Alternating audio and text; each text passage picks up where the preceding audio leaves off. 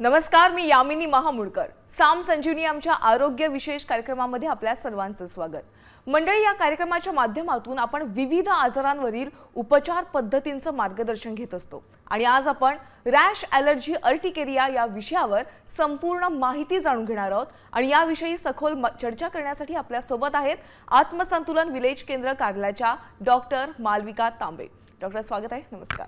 नमस्कार मित्रांनो, तुम्ही देखील डॉक्टर मालविका तांबे यांना आरोग्यासंबंधी कुठलेही प्रश्न थेट विचारू शकता आणि त्यासाठी तुम्हाला फक्त आमच्या स्टुडिओ क्रमांकावर कॉल करायचा आहे। स्टुडिओ क्रमांक आहे 022410100610। तर बघा, आता आपण विषयाला सुरुवात करूया। डॉक्टर, पुन्हा एकदा स्वागत आहे। विषयाशी निगडीतच माझा पहिला प्रश्न असणार आहे की रॅश ॲलर्जी अर्टिकेरिया हे नेमकं कशा पद्धतीची ॲलर्जी असते?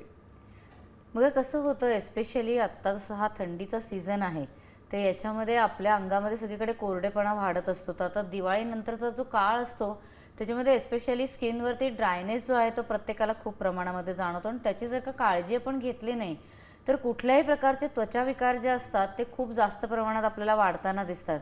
त्यामुळे कुठल्याही गोष्टीची ॲलर्जी जर का आपल्याला असली तर ती या काळामध्ये आपल्याला जास्त जाणवते। कुठल्याही आपल्या त्वचेमध्ये कुठलाही विकार उत्पन्न झाला, पित्ताशी रिलेटेड, कफाशी रिलेटेड, तर त्याच्यातनं सुद्धा आपल्या शरीरामध्ये रॅश जे आहेत त्या फार पटकन आपल्याला दिसायला लागतात।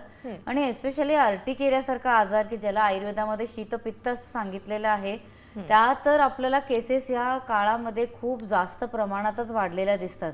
त्यामुळे त्वचेची काळजी जी आहे ती आपल्याला आता या काळामध्ये घेणं अत्यंत गरजेचं असतं, कारण की एकीकडे आपण जस्ट गरमीकडून थंडीकडे प्रवास आपला सुरू झालेला असतो आणि तो जो काही गार वारा आपल्या त्वचेला कंटिन्युअस टच होतो त्याच्यातनं हे त्वचेशी रिलेटेड आजार आपल्याला जास्त प्रमाणात होताना दिसतात। त्यामुळे कुठलाही रिझन असला तरी त्याच्यावरती आपल्याला काम करणं जे आहे ते अत्यंत आवश्यक असतं।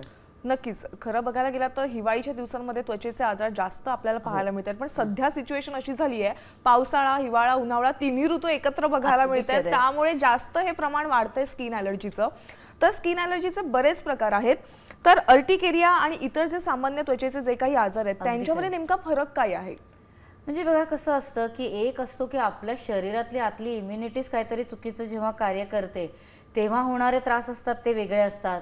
आपल्याला बाहेरून कुठला तरी जंतू संसर्ग झाला त्याच्यामुळे होणारे त्रास वेगळे असतात, किंवा एखाद्या गोष्टीशी आपल्याला आपण म्हणतो ना की आपलं ताळमेळच जमत नाही आणि त्याला म्हणून आपण ॲलर्जिक रिस्पॉन्स सुद्धा म्हणतो। तर या सगळे जे त्रास आहेत त्याच्यामध्ये आयुर्वेदामध्ये आपण जर का विचार केला तर त्वचेसंबंधी कुठलाही आजार आहे त्याच्यामध्ये पहिले आपण शरीराच्या आतलाच विचार करतो। आता शरीरात 3 प्रकारचे आपल्याकडे दोष सांगितलेले आहेत आयुर्वेदामध्ये, वात, पित्त आणि कफ। तर आपण जर का आजार पाहिले कुठलेही स्किनशी रिलेटेड तर ते त्वचा विकार कधीही पित्ताशी रिलेटेड आपल्याला जास्त दिसतात, कारण की त्वचेचं संपूर्ण आरोग्य जे आहे ते रक्तधातूवरती डिपेंडेंट असतं आणि रक्तधातूमध्ये दोष कुठलाही क्रिएट झाला की तो पित्ताशी जास्त निगडीत असा आपल्याला दिसतो। आता जेव्हा आपण अर्टिकेरिया म्हणतो आहोत तेव्हा शीतपित्त आपण जेव्हा म्हणतोय तर त्याच्यामध्ये होतं कसं की इथे मुख्य जे असतात ते वात आणि कफाचा आपल्याला दोष जास्त दिसतो आणि त्याच्यातनं जेव्हा पित्ताचा त्रास आपल्याला सुरू होताना दिसतो त्यामुळे तो आपल्याला शीतपित्त असं आपण म्हणतो। तर म्हणून आपल्याला काय आहे की त्रास जास्त प्रमाणात आपल्याला जाणवतो, कारण की ह्याची येणारी रॅश जी असते ती संपूर्ण अंगावरती कुठे सुद्धा येते, खास खूप जास्त प्रमाणात असते। एस्पेशली जे आपले एक्सपोज जे एरियाज आहेत स्किनचे त्याच्यावरती आपल्याला जास्त प्रमाणात असतं, त्यामुळे याच्यामध्ये आपल्याला खास सुद्धा सुटते, याच्यात आपल्याला सूज सुद्धा आलेली दिसते, याच्यामध्ये आपल्याला रेडिशनेस सुद्धा दिसतो। त्यामुळे प्रत्येक प्रकारचं आपल्याला आपण म्हणूया की जे काही सिम्पटम्स असतात ते सगळे आपल्याला याच्यामध्ये दिसतात आणि त्यामुळे अर्टिकेरियाचा त्रास आहे तो पटकन कमी होत नाही, झाला तर त्रास खूप जास्त प्रमाणात सुद्धा होताना दिसतो आणि कुठल्याही वयामध्ये हा अर्टिकेरियाचा त्रास आपल्याला होताना दिसतो। त्यामुळे थोडंसं प्रिकॉशनरी गोष्टी ज्या आहेत त्या आपल्याला याच्याकरता आज डिस्कस करणं जे आहे ते खूप महत्त्वाचं आहे। नक्कीच, पण डॉक्टर, आता सगळ्या प्रेक्षकांना एकच प्रश्न पडला असेल की ही ॲलर्जी पूर्णतः बरी होऊ शकते का, आणि आपल्या जे आत्मसंतुलन विलेज केंद्र आहे या विलेज केंद्रामध्ये कशा पद्धतीने तुम्ही उपचार पद्धती देता यावर? बघा, सगळ्यात पहिले तर जसं मी तुम्हाला म्हटलं की आपल्याला प्रिकॉशन घेणं खूप आवश्यक आहे। तर या काळामध्ये सर्वप्रथम काय करायचं की त्वचेचा कोरडेपणा आपल्याला कमी ठेवायचा आहे, त्यामुळे या काळामध्ये शरीराला अभ्यंग करणं अत्यंत महत्त्वाचं। जसं आपलं अभ्यंग संतुलनचं जे तेल आहे सेसमी बेस्ड किंवा कोकोनट बेस्ड दोन्हीपैकी जे तुम्हाला चालू शकत असेल ते तुम्ही वापरू शकता, ते रोज सकाळी अंघोळीच्या आधी किमान अर्धा तास आधी संपूर्ण अंगाला नक्की लावावं. नेहमी खालतून वर लावावं हलक्या हाताने, कधीही वरतून खाली जाऊ नये, कारण की ते सर्क्युलेशनच्या अगेन्स्ट जातं. हे तेल जे आहे ते शास्त्रोक्तरित्या सिद्ध केलेलं असतं आणि त्यामुळे त्याचं ॲब्झॉर्प्शन जे आहे त्वचेमध्ये ते जास्त व्यवस्थित प्रमाणात होतं. आणि त्यामुळे आपल्याला असं वाटतं की त्वचा वरतून कोरडी झालेली, तसं नसतं. तर त्वचेचे 7 स्तर असतात असं आयुर्वेदात सांगितलेलं आहे. तर हे जे तेल आहे हे संपूर्णपणे आतल्या जे लेयर्स आहेत सगळ्या स्किनच्या तिथपर्यंत व्यवस्थित पोचतं. काही खूप जोरात मसाज करावा लागतोय वगैरे असं काही नसतं. हलक्या हाताने तुम्ही जरी मसाज केला तरी या तेलाचं एवढं पेनेट्रेशन असतं की ते त्वचेला आतपर्यंत व्यवस्थित मऊ करतं. त्यामुळे हे तेल लावल्यानंतर अर्धा तास थांबायचं आणि त्यानंतर अंघोळ जी आहे ती तुम्ही करायची. तर याच्याने आपल्या स्किनचा कोरडेपणा तर कमी होतोच, पण एकूणच सगळ्या त्वचा रोगांमध्ये याच्यातनं आपल्या आतमध्ये जी इम्युनिटी बिल्डअप व्हायला पाहिजे, भांडण्याची शक्ती असायला पाहिजे, प्रतिकार जो करता आला पाहिजे, तो सगळ्या या तेलांच्या मार्फत होऊ शकतो. त्यामुळे प्रत्येकाने अंगाला तेल लावणं जे आहे ते अत्यंत महत्त्वाचं या काळामध्ये ठरतं. नक्कीच.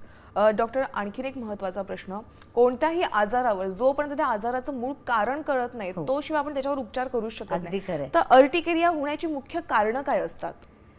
कसं आहे की आपल्या शरीरात कुठलाही आजार उत्पन्न होतो तो आपल्या चुकीच्या वागणुकीमुळे जनरली होतो. म्हणजे कुठलं अगदी बाहेरून संक्रमण जरी आपल्याला झालं तरी सुद्धा आपली त्यावेळेस इम्युनिटी जर का लो असली, शरीराची प्रतिकार क्षमता कमी असली, तर कुठल्याही प्रकारचा आजार आहे तो आपल्याला पटकन होतो.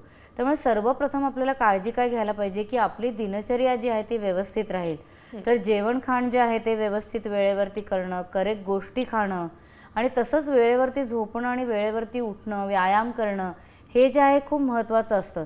आता जर का आपल्या खाण्यामध्ये खूप जास्त प्रमाणामध्ये तिखट गोष्टी असतील, चमचमीत गोष्टी असतील, तळलेले खूप गोष्टी असतील किंवा बाहेर जाऊन खाण्याची जर का सवय फार जास्त प्रमाणामध्ये असेल, तर अशा वेळेला आपली शरीराची प्रतिकार क्षमता जी आहे ती कमी होते आणि त्याच्यानंतर अशा प्रकारचे त्रास जे आहेत ते जास्त सुरू होतात. त्यामुळे खाण्यापिण्याची काळजी जी आहे ती नक्की या काळामध्ये घेतली पाहिजे, कारण की या काळामध्ये अग्नी खूप आपल्या शरीरामध्ये वाढलेला असतो आणि त्यामुळे भूक जी आहे ती खूप लागते. तर लोक बाजारात जे सुद्धा मिळतं ते खातात. तर तसं करू नये. चुकीच्या गोष्टी जर का खाण्यात नाही ठेवल्या तर आपल्या शरीराची प्रतिकारशक्ती टिकून राहते. उलट शक्य झालं तर सकाळी अनुष्यपोटी संतुलनचं आत्मप्राश किंवा च्यवनप्राश सारखं एखादं जे लेह आहे च्यवनप्राश ते जर का खाण्यामध्ये ठेवलं तर उलट भूकसुद्धा कमी लागते. व्यवस्थित शरीरामध्ये सगळं रसायन जर का व्यवस्थित गेलं तर स्किनसुद्धा चांगली राहायला मदत मिळते, कारण की आवळा जो असतो तो आपल्या स्किनचं आरोग्य नीट राहायला मदत करतं आणि तसंच आपल्या शरीराची इम्युनिटीसुद्धा वाढवतं. त्यामुळे या काळामध्ये आवर्जून प्रत्येकाने च्यवनप्राश खाणं जे आहे ते अत्यंत गरजेचं ठरतं. नक्कीच. आत्मसंतुलनचं च्यवनप्राश तर घ्यायलाच पाहिजे, हे बरोबर सांगितलं. पण त्याचसोबत रुग्णाने कोणती खबरदारी घ्यायला पाहिजे? आपल्या आहारामध्ये कोणत्या प्रकारचा आहार त्यानं दररोज घ्यायला पाहिजे?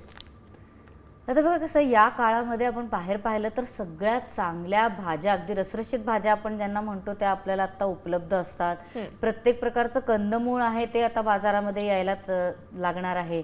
तर त्यामुळे या ज्या फ्रेश भाज्या आहेत म्हणजे फळभाज्या, उदाहरणार्थ दुधी आहे, कोहळा आहे, त्याच्या बरोबरीने आपल्याला सगळ्या हिरव्या पालेभाज्या सुद्धा ज्या आहेत त्या सुद्धा चांगल्या प्रतीच्या सध्या मिळायला लागतात.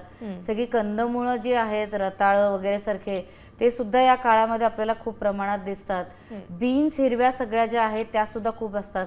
त्यामुळे ताज्या भाज्या ज्या आहेत त्या रोजच्या आपल्या खाण्यामध्ये नक्की असल्या पाहिजे. आता गाजर सारखी गोष्ट आहे तर ते आपल्या स्किनला नक्कीच मदत करते, किंवा ग्रीन बीन्स आहेत, फरसबी वगैरे या आपल्या स्किन करता चांगल्या असतात. दुधी, भोपळा इत्यादी तर चांगलं असतं. तर या आपल्या खाण्यामध्ये नक्की ठेवाव्या. रोजचं प्लॅनिंग जे आहे त्याच्यामध्ये याची काळजी नक्की घ्यायला पाहिजे. मुख्य सगळ्यांना जमत असेल तर सकाळच्या वेळेला जमत असलं तर 1 ग्लास कोमट पाणी घ्यायचं, त्याच्यामध्ये आवळ्याचा फ्रेश रस घालायचा, कारण की आवळा सुद्धा आपल्याला या काळामध्ये मिळत असतो. तर आवळ्याचा रस आणि त्याचबरोबरीने हळदी जी असते ती सुद्धा फ्रेश अवेलेबल असते, तर त्याला सुद्धा किसून त्याचा अर्धा चमचा रस जो आहे तो काढावा आणि प्रत्येक फॅमिली मेंबरनी कोमट पाण्यामध्ये अर्धा चमचा हळदीचा रस आणि साधारण 2 ते 3 चमचे आवळ्याचा रस हा मिक्स करून तुम्ही घ्यायला सुरुवात केली तर तुम्हाला जो त्वचेकरताचा काय म्हणायला पाहिजे की चांगला इफेक्ट आपल्याला हवा आहे तो नक्कीच मिळायला मदत जी आहे ती मिळते. नक्कीच. डॉक्टर, मला प्रेक्षकांना आपल्याला सांगायचं आहे की प्रेक्षक हो, तुम्हाला डॉक्टरांना म्हणजे मालविका तांबे यांना आरोग्यासंबंधित कुठलेही प्रश्न विचारायचे असतील तर आमच्या स्टुडिओ क्रमांकावर कॉल करा 022 41010 या नंबरवर लगेचच कॉल करा.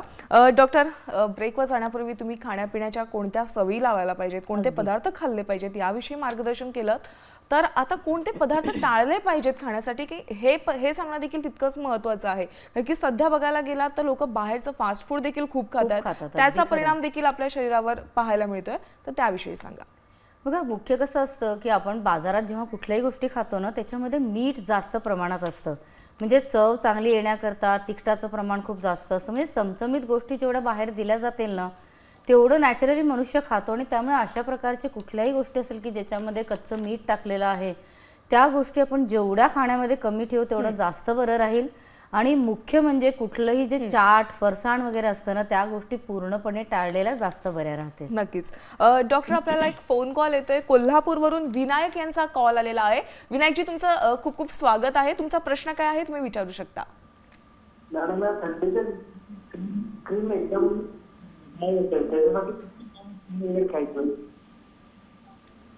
विनायकजी, तुमचा आवाज ब्रेक होतोय, मला पुन्हा एकदा तुमचा प्रश्न विचाराल?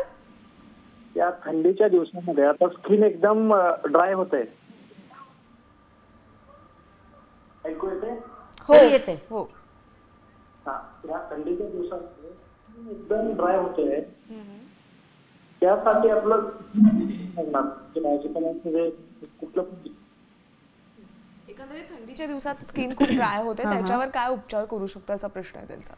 बघा, मुख्य कसं आहे की या काळामध्ये आपल्याला स्किनच्या ड्रायनेस करता बाहेरून तर मदत करताच येते. मगाशी सांगितलं तसं अंगाला तुम्हाला तेल लावता येईल, तसंच संतुलनच्या नॅचरल ऑइल्सपासून तयार केलेल्या क्रीम्स आहेत. कारण की असं कसं होतं, अंगाला तेल लावलं की मग आंघोळ करावीच लागते, पण त्याच्यापेक्षा क्रीम जर का लावायला असतील तर त्याचा आपल्याला उपयोग जास्त इझिली करता येतो, कुठेही बॅगमध्ये कॅरी करता येतात. त्यामुळे अगदी नॅचरल गोष्टींपासून तयार केलेल्या आपल्या क्रीम्स आहेत. एस्पेशली याची जी स्किनमध्ये ज्या क्रीममध्ये जी बेस आहे ती इतकी चांगली आहे की ती आपल्या शरीरामध्ये व्यवस्थित पेनेट्रेट व्हायला सुद्धा मदत मिळते. तर त्यामुळे अशा प्रकारचं जसं संतुलनचं क्रेमरोज आहे किंवा पूर्ण अंगाला लावण्याकरता त्याच्या वेगवेगळ्या क्रीम्स आहेत, तर त्या तुम्ही लावण्याकरता नियमित वापरू शकता. पण त्याचबरोबरीने एक गोष्ट लक्षात ठेवा की आपल्याला आहारामध्ये प्रॉपर अमाऊंट ऑफ फॅट जे आहे ते सुद्धा गरजेचं असतं. त्यामुळे या काळामध्ये आपण पाहिलं तर गरिष्ठ गोष्टी खूप आपल्याकडे खायला सांगितलेल्या आहेत. म्हणजे वेगवेगळ्या प्रकारचे लाडू वगैरे या काळामध्ये आपण करून ठेवतो. तर त्यामुळे अन्नामध्ये तुमच्या आहारामध्ये तूपसुद्धा जे आहे ते खूप महत्त्वाचं असतं. चांगल्या प्रतीचं तूप जे आहे ते तुमच्या वरण भातावरती, आमटीमध्ये, पोळीवरती लावून नक्कीच खायला पाहिजे. पण जमत असेल तर तुम्ही रात्री झोपत असताना किंवा सकाळी उठल्यावरती जेव्हा आपण 1 कप कोमट पाणी घेतो त्याच्यामध्ये सुद्धा 2 चमचे तूप जर का तुम्ही टाकून घेतलं तर त्याचाही तुम्हाला फायदा जो आहे तो मिळू शकेल. आणि खूपच जास्त प्रमाणात जर का ड्रायनेस असली तर अशा वेळेला मात्र संतुलनचं जसं पादाभ्यंग घृत म्हणून आहे किंवा संतुलनचं वायस ऑइंटमेंट आहे, ते जर का तुम्ही डायरेक्टली तुमच्या स्किनवरती लावलं तर त्याचाही तुम्हाला फायदा जो आहे तो जास्त प्रमाणात मिळू शकतो. नक्कीच विनायकजींचं प्रश्नाचं उत्तर तुम्ही दिलेलं आहे. आणखीन एक आपल्याला कॉल आलाय कराडवरून. मंगेश वैद्य यांचा कॉल आलेला आहे. मंगेशजी, तुमचं स्वागत आहे. तुमचा प्रश्न काय आहे तुम्ही विचारू शकता. नमस्कार. नमस्कार. मला ITP म्हणून एक आपण निदान करतो त्याचा आणि आयुर्वेद याच्यामधले आपल्याला सध्या काही रिसर्च नुसार तुमच्याकडे औषधं उपलब्ध आहेत का याच्याबद्दल माहिती हवी होती. सर, तुम्ही पहिला शब्द काय बोललात, काय कशाबद्दल? ITP इडिओजेनिक थ्रोम्बोसाइटोपेनिक परफ्युरा म्हणून एक निदान होतं. आता बरेच डॉक्टरांकडून होत आहे ॲलोपॅथी. हां, ओके. तुमचा आवाज कट होत होता. ठीक आहे. कसं असतं बघा की आपल्या शरीरामध्ये जेव्हा अशा प्रकारे कॅपिलरीज फुटतात तर त्याचं नॅचरली फक्त स्किनशी रिलेशन नसतं, तर आतमधल्या सगळ्या ज्या आपल्या रक्तवाहिन्या असतात त्याच्यासुद्धा आपल्याला काळजी घ्यावी लागते. आणि त्यामुळे जसं वय वाढताना खरा हा आजार जास्त प्रमाणामध्ये आपल्याला दिसतो, पण सध्याच्या काळात इवन यंग लोकांमध्ये सुद्धा आपल्याला हा आजार दिसतोय. याच्याकरता सुद्धा खरं मगाशी सांगितलं तसं जर का शास्त्रोक्त पद्धतीने सिद्ध केलेलं तेल अंगाला लावायला सुरुवात केली तर ह्याचा त्रास आपल्याला बऱ्याचदा कमी होताना दिसतो. आणि पित्तशमनाकरता मुख्य संतुलन जसं पित्त शांतीसारखी गोळी आहे किंवा प्रवाळ पंचामृतसारखी गोळी आहे, ही जरी तुम्ही नियमाने घेतली तर त्याचाही आपल्याला फायदा होताना दिसतो. तरीसुद्धा आमचा असा आत्तापर्यंतचा अनुभव आहे की ITPचे त्रास असलेली लोक जी आहेत ते जर का आपल्याकडे येऊन ट्रीटमेंट घेतली, एस्पेशली जे त्यांची प्रकृती आहे त्याच्या हिशोबाने, आणि नाहीतर त्याच्यामध्ये आपल्याला पंचकर्माचा सुद्धा चांगला उपयोग होताना दिसतो, कारण की पंचकर्माने आतल्या शरीरातल्या ज्या काही मेटाबॉलिक चुका होत असतात त्या सगळ्या सुधारायला मदत मिळते. तर मला असं वाटतं सर की जर का तुमच्या ओळखीत कोणाला असेल किंवा फॅमिलीत कोणाला असेल तर त्यांना प्रत्यक्ष मार्गदर्शन तुम्ही घ्यायला सांगा, जेणेकरून निदान व्यवस्थित करून त्याच्यावरती आपल्याला उपचार जो आहे तो करता येऊ शकेल. नक्कीच मॅम. आणखीन एक आपल्याला कॉल आलेला आहे, पुण्यावरून अभिनेत्री यांनी कॉल केलेला आहे. अभिनेत्रीजी तुमचं स्वागत आहे. तुमचा प्रश्न काय आहे?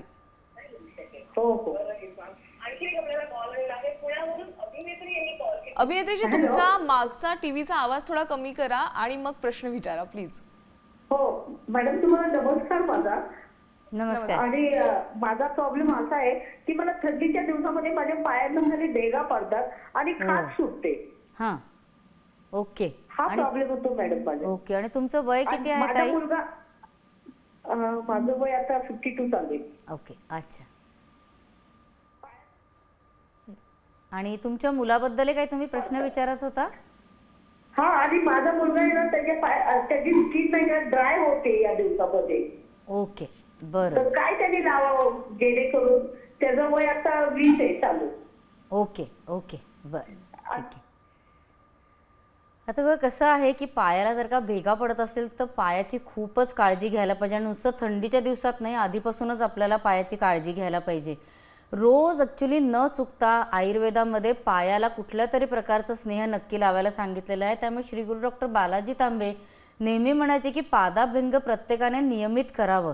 तर पादाभ्यंग करता आपल्याकडे एक स्पेशल घृत आहे की ज्याच्याने पायाची कोरडेपणा जो असतो तो कमी व्हायला आपल्याला मदत मिळते. आपण बाकी संपूर्ण त्वचेची आपण काळजी घेतो, पण आपण रेग्युलरली चालतो, सतत जोडांनी चपलांनी फ्रिक्शन होत असतं, पण आपण पायाची तेवढी काळजी घेत नाही. त्यामुळे वर्षभर खरं नियमितपणे जेव्हाही जमेल तेव्हा पादाभ्यंग केलेलं चांगलं. त्याचबरोबरीने संतुलनचं जे रोज ब्युटी तेल आहे ते किंवा अभ्यंग तेल आहे ते तुम्ही पायाला नियमितपणे लावायला सुरू करा, तर त्याचाही तुम्हाला फायदा जो आहे तो मिळू शकेल. आत्ता तरी आमसुलाचं कोकमचं तेल जे मिळतं ते तुम्ही पायाला नक्की नियमितपणे लावा. आणि ते लावल्यानंतर पायामध्ये तुम्ही कॉटनचे मोजे घाला, म्हणजे तुमचा हा कोरडेपणाचा त्रास जो आहे तो कमी होऊ शकेल. त्याचबरोबरीने संतुलनचं मंजिसारसारखं जे आसव आहे ते तुम्ही घ्या. मंजिष्ठ सॅनसारखी जी गोळी आहे ती तुम्ही जर का नियमितपणे घेतली तर तुमच्या स्किनचा हा त्रास हळूहळू कमी व्हायला मदत मिळेल. कारण की एकदा तो डीप झाला म्हणजे भेगा पडल्या म्हणजे आतल्या लेअरपर्यंत आपल्याला तो त्रास झालेला दिसतो. त्यामुळे त्याला थोडं सुधारायला आपल्याला वेळ द्यावा लागतो. तुमच्या मुलाला जो आता ड्रायनेसचा त्रास होतो आहे त्याच्याकरता एक तर आहारामध्ये त्यांना नक्की सांगा की नाचणीची खीर आहे ती त्यांनी नियमाने घेतलेली उत्तम राहील. तसंच शिंगाड्याची खीर आहे त्याच्यामध्ये 2 चमचे तूप घालून त्यांनी जर का आठवड्यातनं 2-3दा घेतली त्याचाही त्यांना फायदा मिळू शकेल. दूध नियमित घ्यायला सांगा. दुधामध्ये चैतन्य कल्पासारखं कल्प जर का घातलं तर त्याचाही फायदा मिळू शकेल. आणि मगाशी सांगितलं तसं क्रेमरोजसारखं नॅचरल क्रीम जर का त्यांनी चेहऱ्याला किंवा संपूर्ण अंगाला लावलं तर त्याचाही त्यांना फायदा जो आहे स्किन ड्रायनेस करता तो मिळू शकेल. नक्कीच अभिनेत्रीजींचं उत्तर तुम्ही दिलेलं आहे. आणखीन एक आपल्याला कॉल आलेला आहे. छत्रपती संभाजीनगरमधून वर्षा यादव यांचा कॉल आलाय. वर्षाजी नमस्कार, स्वागत आहे तुमचं. प्रश्न काय आहे तुमचा? नमस्कार मॅडम. नमस्कार. माझ्या हाताला सॉरी आवाज कट होतोय, कळत नाही. वर्षाजी पुन्हा एकदा प्रश्न विचारा.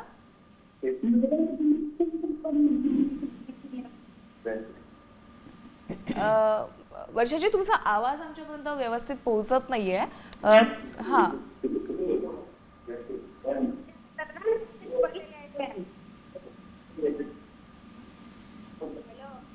हा हा हा बोला. त्यांचा आवाज आपल्यापर्यंत पोहोचत नाहीये. तर माझ्या मते त्यांनी प्रश्न हाताला खास सुट्टे असं काहीतरी विचारलेला होता, तर त्या संबंधित काय उपचार असू शकतात? मग कसं आहे की हाताला खास सुटत असली तर स्पेसिफिकली कुठलं तुम्ही गोष्ट वापरल्यानंतर ती खास सुटती आहे किंवा काही स्त्रियांना कसं असतं की साबणाची ॲलर्जी असते आणि त्याच्यामुळे सुद्धा ही खास सुटते. घरी कधीतरी एखादं भांडं घासावं लागलं किंवा कपडे धुताना संपर्कात आपल्या कुठला साबण आला तर त्याच्यामुळे सुद्धा असा त्रास होताना दिसतो. तर मुख्य कुठली ॲलर्जी आहे का ह्याचं आपल्याला निदान आधी करायला पाहिजे. आणि ही ॲलर्जी सुद्धा कमी करायला खरं संतुलनचं जे राधा फेस ऑइल म्हणून आहे किंवा संतुलनचं रोज ब्युटी तेल आहे ते जर का तुम्ही नियमित हाताला लावायला सुरुवात केली तर अशा प्रकारची कुठली ॲलर्जिक रिस्पॉन्स जो स्किनमधून येतो आहे तो कमी करण्यामध्ये आपल्याला यश मिळू शकतो. त्याचबरोबरीने संतुलनचं जे पित्तशांती म्हणून टॅबलेट्स आहेत त्याही तुम्ही जर का नियमाने घेतला तर त्याचा तुम्हाला फायदा होऊ शकेल. पण प्रत्यक्ष मार्गदर्शन जर का याच्याकरता घेतलं तर मला वाटतं त्याचा तुम्हाला फायदा जास्त मिळू शकेल.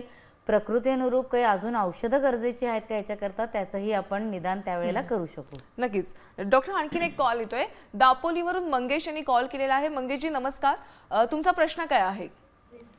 हा हॅलो. हा, काय म्हणाले? पाय